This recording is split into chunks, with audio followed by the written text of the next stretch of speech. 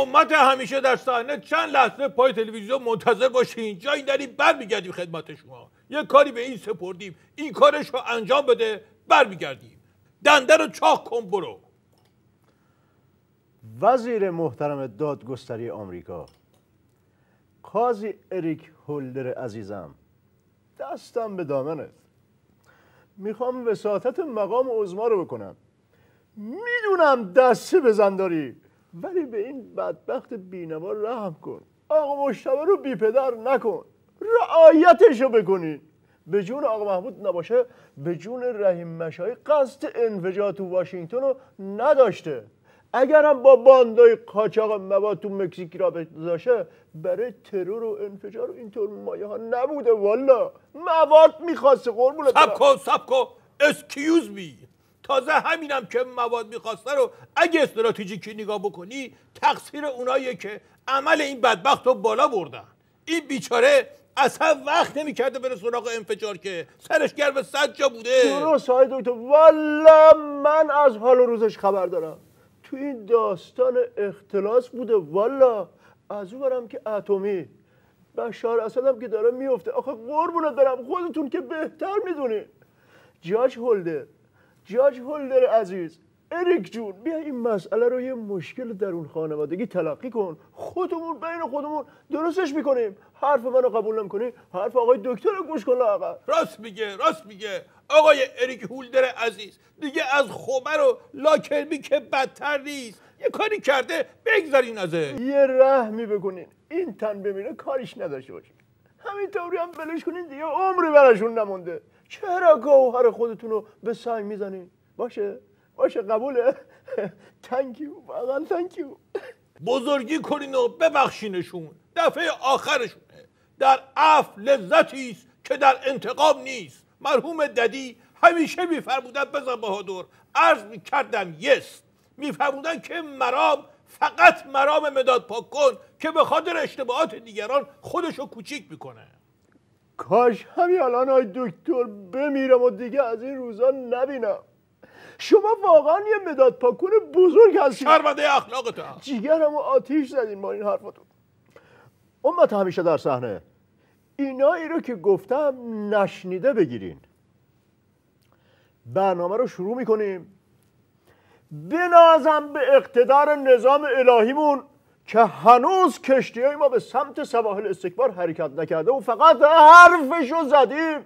سربازان گمنام مقام عظما در دل دنیای استکبار کاری کردن که نه تنها باعث تعجب همه عالم آدم شده، بلکه خودمون هم تعجب کردیم که چرا و چطور. آیه دکتر، یه سالی بدجوری ذهنمو خارش میده. توی این قضیه واشنگتن و رستوران و انفجار، این که یقه مقام عظما رو گرفتن، این قصاص قبل از جنایت نیست. نظام ما که هنوز کاری نکرده. آی گفتی درسته. بحثت یه پایه استراتژیکی هم داره. خیلی ممنون. منتها برای که این چیزی سر پا وایسه اقلا 3 تا پایه میخواد. بحث یه پایت تعادل نداره، زرتی ولو میشه رو زمین. آدم زرنگ باید حساب کار خودشو از قبل بکنه. مرحوم عووی همیشه میفرمودن بزن بهادر، عرض کردم بله. میفرمودن که یکی سوار تاکسی شد، در رو نبست. راننده گفت در ببند. یارو گفتش که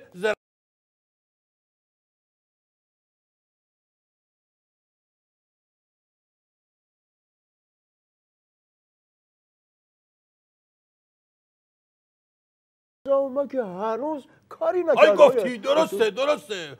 بحثت یه پایه استراتژیکی هم داره. خیلی ممنون. منتها برای که این چیزی سر پا وایسه اقلا 3 تا پایه میخواد. بحث یه پایت تعادل نداره، زرتی ولو میشه رو زمین. آدم زرنگ باید حساب کار خودشو از قبل بکنه. مرحوم عووی همیشه میفرمودن بزن بهادر، عرض کردم بله. میفرمودن که یکی سوار تاکسی شد، در رو نبست. راننده گفت در ببند. یارو گفتش که زرنگی، در ببندم، محکمم ببندم که بعد پوشو بکشی به جونم.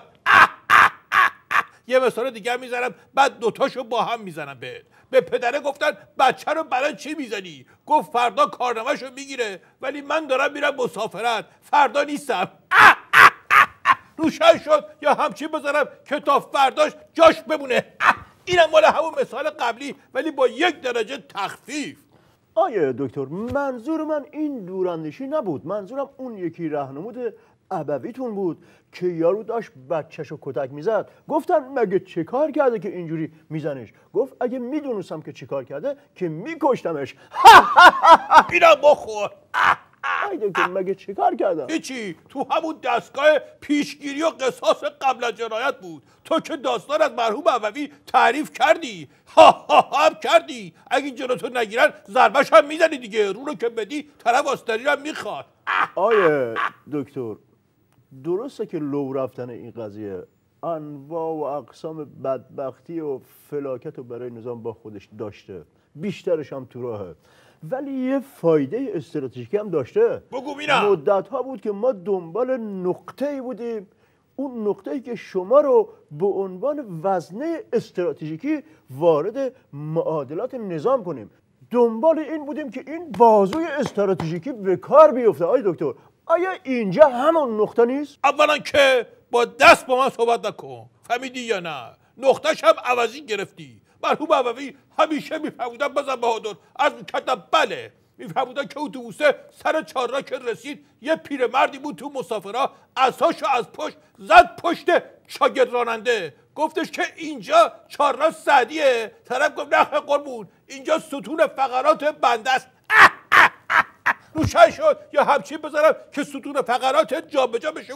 بفهمی چی دارم میگم. تو این همه نشست و برخاست داشتی با این کوه استراتژی و تاکتیک، معدن علم و حرف. آفرین، دریای لایتناهی سیاست و اقتصاد و اینجور چیزا. اونی که از هر انگشتش یه هنر کنه 100 هنر میریزه، میشه 100 ضربه در 10,000. تازه بدون احتساب انگشتای پا داری بله، و خیلی صفات برجسته دیگه که فروتنی ذاتی خودتون، خاکی بودنتون اجازه نمیده بیشتر بگم. آفرین، ولی من نمیفهمم تو چطور بعد این همه نشست و برخاست بابا باز یه دفعه همچین لایی میدی که انگار هیچی حالیت نیست.